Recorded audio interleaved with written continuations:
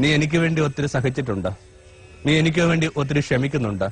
എന്നാലും എനിക്ക് നിന്നോട് ഒരു ആരോപണം ഉന്നയിക്കാനുണ്ട്, നീ നിന്റെ ആദ്യ സ്നേഹത്തിൽ നിന്ന് അകന്നുപോയി. പലപ്പോഴും ഞാൻ വിചാരിക്കുന്നത് സഭയുടെ മാത്രം പ്രശ്നമല്ല, നമ്മുടെ ഈ പാവം നമ്മുടെ നരജന്മങ്ങളുടെ പ്രശ്നം.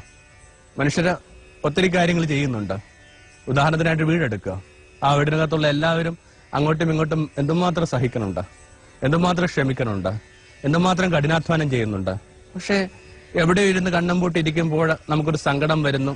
നമ്മൾ ഇന്നലെ അനുഭവിച്ച സ്നേഹം ഇന്നില്ല, വാക്കുകളിലില്ല, ചലനങ്ങളിലില്ല. എന്തിന് നമ്മുടെ ചെറിയ ചെറിയ മൂളലുകൾക്കകത്ത് പോലും ആ സ്നേഹം വരുന്നില്ല.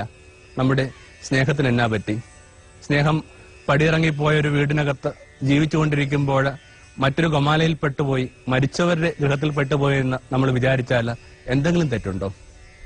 അവസാനം വരെ ചില കാര്യങ്ങൾ സൂക്ഷിക്കുകയല്ലേ പ്രധാനം.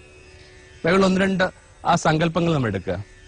ഒന്ന് ക്രിസ്തു പറയുന്ന, യാത്രികർ വിടുമ്പോൾ ക്രിസ്തു പറയുന്ന, നഗരം വിടുവോളം അവരോടൊപ്പമായിരിക്കുക.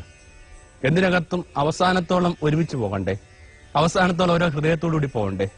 ഞാൻ വിചാരിക്കുന്നത് ഇത് എപ്പോഴും ദമ്പതികൾക്ക് വേണ്ടിയുള്ള ഒരു നിർദ്ദേശമാണ്.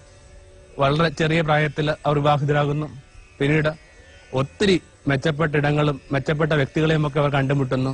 എന്നിട്ടും നഗരം വിടുവോളം അവർ ഒരുമിച്ചായിരിക്കണ്ടേ. മറ്റൊരിടത്ത് നമ്മൾ വായിച്ചു കേൾക്കുന്ന കാനായിലെ കല്യാണത്തിന്റെ വിശേഷം.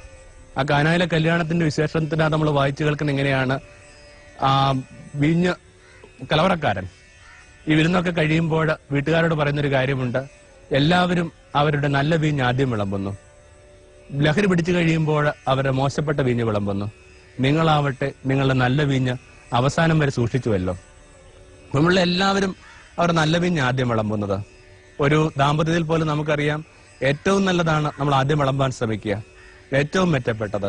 ജീവിത പങ്കാളിക്ക് ഏറ്റവും ഇഷ്ടം തോന്നുന്ന കാര്യങ്ങളാണ് നമ്മൾ വിളമ്പുന്നത്. ഒരു പ്രണയത്തിലാവട്ടെ നമ്മൾ ഒരിക്കലും ഒരു രണ്ടാം തരം വീഞ്ഞ് വിളമ്പുന്നില്ല. ഏറ്റവും നല്ലതാണ് നമ്മൾ ആ പ്രണയകാലങ്ങൾക്ക് വേണ്ടി സൂക്ഷിച്ചു വെക്കുക.